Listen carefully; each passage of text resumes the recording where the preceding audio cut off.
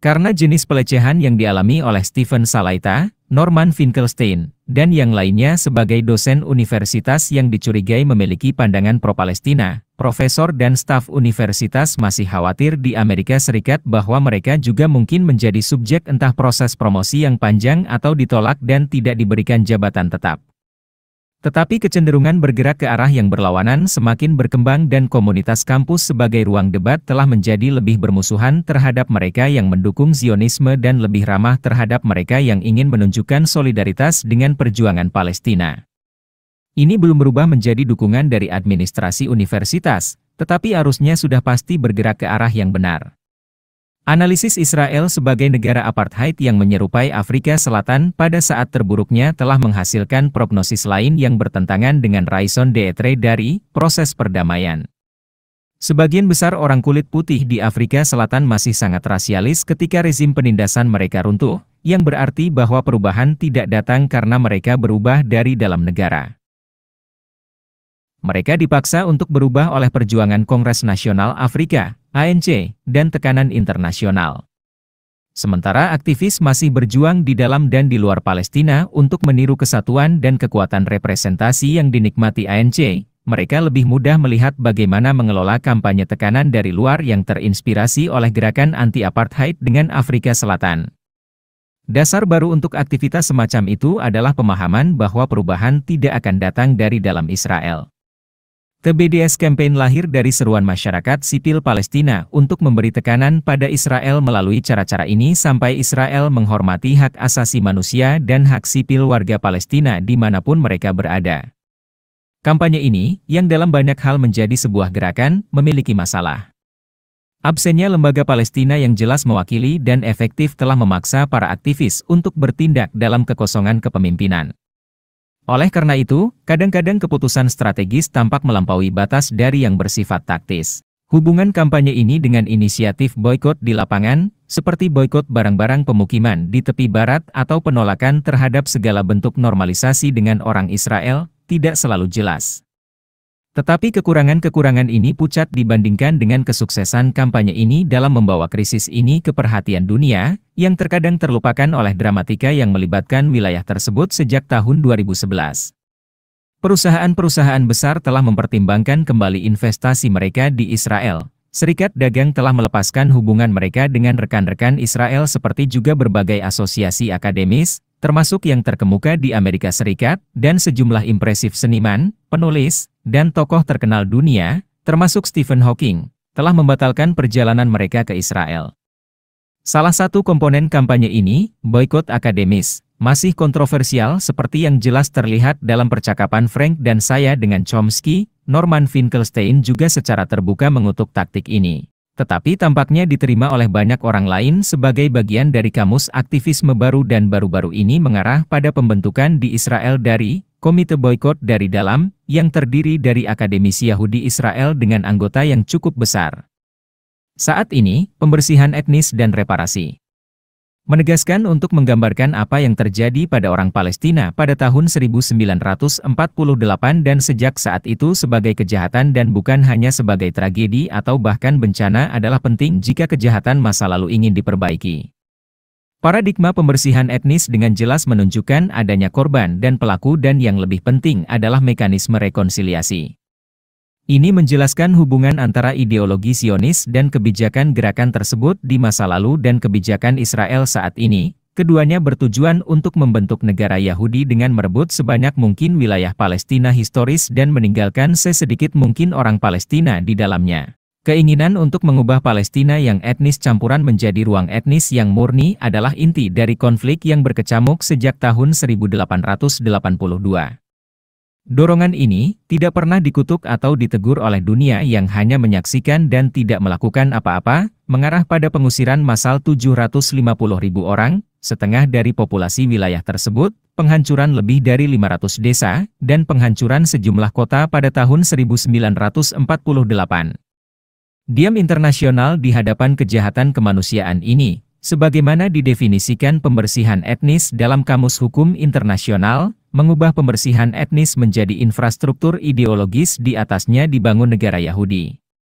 Pembersihan etnis menjadi DNA masyarakat Yahudi Israel, dan tetap menjadi perhatian sehari-hari bagi mereka yang berkuasa dan mereka yang terlibat dengan cara apapun dengan berbagai komunitas Palestina yang dikontrol oleh Israel. Ini menjadi sarana untuk mewujudkan mimpi yang belum terpenuhi, jika Israel tidak hanya ingin bertahan tetapi juga berkembang, apapun bentuk negara itu, semakin sedikit orang Arab di dalamnya, semakin baik.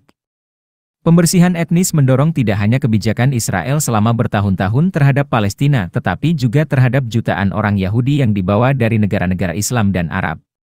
Jika mereka ingin ikut dalam mimpi Zionis, mereka harus diarabkan, kehilangan setiap hubungan dengan bahasa ibu mereka dan secara proaktif menunjukkan betapa tidak Arabnya mereka dengan secara harian menyatakan rasa benci diri mereka, seperti yang diungkapkan oleh Ella Habib Shohat, untuk segala sesuatu yang bersifat Arab.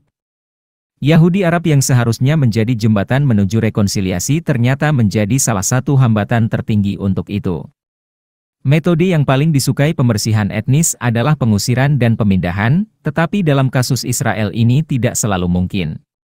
Keterbatasan ini memaksa orang Israel menjadi cukup kreatif dalam menemukan cara lain untuk melanjutkan visi Israel yang memiliki mayoritas Yahudi mutlak di dalamnya. Mereka menemukan bahwa jika Anda tidak dapat mengusir seseorang, opsi kedua terbaik adalah tidak membiarkannya bergerak. Menyekat orang-orang di desa dan kota serta melarang ekspansi spasial habitat manusia menjadi ciri khas pembersihan etnis Israel setelah tahun 1948 dan masih digunakan hingga hari ini dengan sangat efektif. Ketika ditanya untuk menjelaskan mengapa satu desa atau kota Palestina baru tidak diizinkan untuk dibangun antara Sungai Yordan dan Laut Tengah, pelarangan yang menguntungkan kelompok etnis lain yang saat ini membentuk setengah populasi Palestina. Jawaban resmi Israel adalah bahwa Palestina tidak memerlukan ruang yang sama seperti orang Yahudi dan cukup bahagia tinggal di rumah mereka tanpa akses bebas ke ruang hijau di sekitarnya. Di masa lalu, penerbangan singkat di atas tepi barat akan menunjukkan kepada Anda bagaimana desa-desa Palestina dulu terlihat, tersebar nyaman di atas bukit-bukit timur Palestina, indah bercampur dengan lanskap alam. Tetapi mereka telah perlahan-lahan dicekik, terutama jika mereka berada di dekat pemukiman Yahudi atau terkunci di antara mereka, seperti yang terjadi di Galilea. Pada saat yang sama, pemukiman Yahudi di kedua sisi garis hijau membentuk pinggiran kota yang sangat luas. Jadi penolakan untuk mengizinkan repatriasi pengungsi, pemerintahan militer terhadap Palestina yang ditinggalkan di dalam Israel, 1948, 1966, pendudukan dan perlakuan terhadap Palestina di tepi barat, pembangunan tembok apartheid, transfer diam-diam Palestina dari Yerusalem, pengepungan di Gaza, dan penindasan terhadap suku Badui di Al-Nakab semuanya merupakan tahapan atau komponen dalam operasi pembersihan etnis yang terus berlanjut. Menggunakan istilah pembersihan etnis juga tentang keadilan. Pada setiap saat dalam sejarah konflik ini, keadilan diejek ketika bahkan disarankan sebagai prinsip dalam upaya menyelesaikan konflik.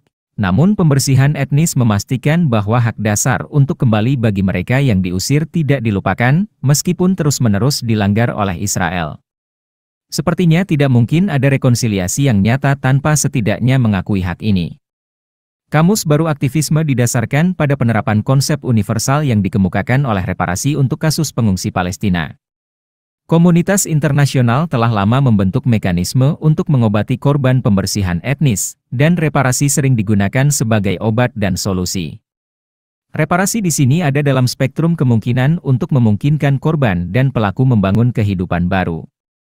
Kemungkinan ini termasuk kembalinya fisik mereka yang selamat dari pembersihan etnis atau kompensasi keuangan bagi mereka yang selamat yang ingin membangun kehidupan baru di tempat lain.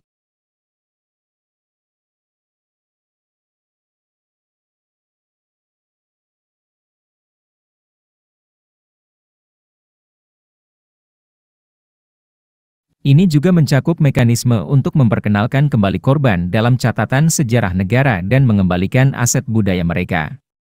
Poin utama dari semua mekanisme ini adalah bahwa terserah korban pembersihan etnis untuk secara individu memutuskan repara mana yang mereka pilih. Tetapi ada lebih banyak hal yang dipertaruhkan di sini daripada sekadar mendefinisikan dan memahami konsep reparasi dengan benar sebagai bagian dari kamus baru yang direkomendasikan.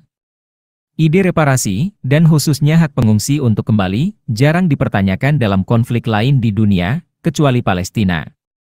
Uni Eropa dan Departemen Luar Negeri AS memiliki posisi berprinsip tentang pengungsi yang menerima tanpa ragu atau kualifikasi hak orang untuk kembali ke rumah mereka setelah pertempuran mereda. Perserikatan Bangsa-Bangsa memiliki posisi universal yang sama dan membuat keputusan konkret tentang hak pengungsi Palestina untuk kembali tanpa syarat ke rumah mereka saat mengadopsi Resolusi 194 pada Desember 1948. Itu diadopsi oleh Majelis Umum PBB yang sama yang memutuskan tentang rencana pembagian dan pembentukan negara Yahudi. Menempatkan hak kembali sebagai inti dari solusi masa depan bukanlah ide revolusioner yang meminta dunia barat untuk mengkhianati prinsip-prinsipnya atau mengadopsi sikap unik yang luar biasa. Sebaliknya, ini membutuhkan dunia barat untuk setia pada prinsip-prinsipnya dan tidak mengecualikan Palestina dari penerapan prinsip-prinsip itu. Namun, ortodoksi perdamaian lama meninggalkan prinsip-prinsip dasar hak asasi manusia ini dan bahkan tidak memikirkan untuk berjuang demi mereka. Nah, gerakan baru melakukan hal itu dan akan menempatkannya di pusat perjuangannya selama ada pengungsi terakhir yang ingin kembali. Kebocoran dokumen Palestina, Al Jazeera memperlihatkan sejauh mana pemerintah Palestina bersedia pergi untuk memuaskan Israel. Ini menunjukkan kesiapan PAK untuk menyerahkan hak kembali ini. Realitas baru yang dijelaskan di akhir bagian ini mengungkapkan munculnya elit politik baru di Palestina yang mungkin memiliki pandangan yang berbeda tentang masalah ini. Akhirnya, ideologi pembersihan etnis ini juga menjelaskan dehumanisasi terhadap orang Palestina, dehumanisasi yang dapat menyebabkan kekejaman seperti yang kita saksikan di Gaza pada Januari 2009. Dehumanisasi ini adalah buah pahit korupsi moral yang dilahirkan oleh militerisasi masyarakat Yahudi di Israel.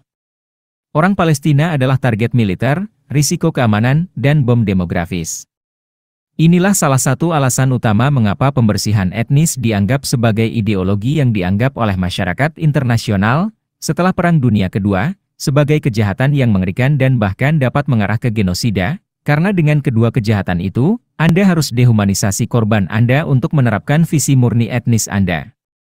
Baik Anda mengusir atau membantai orang, termasuk anak-anak, mereka harus dijadikan target militer, bukan manusia. Siapapun yang sudah cukup lama berada di Israel, seperti saya, tahu bahwa korupsi terburuk dari generasi muda Israel adalah indoktrinasi yang mereka terima yang sepenuhnya menghilangkan martabat orang Palestina. Ketika seorang prajurit Israel melihat bayi Palestina, dia tidak melihat bayi, dia melihat musuh.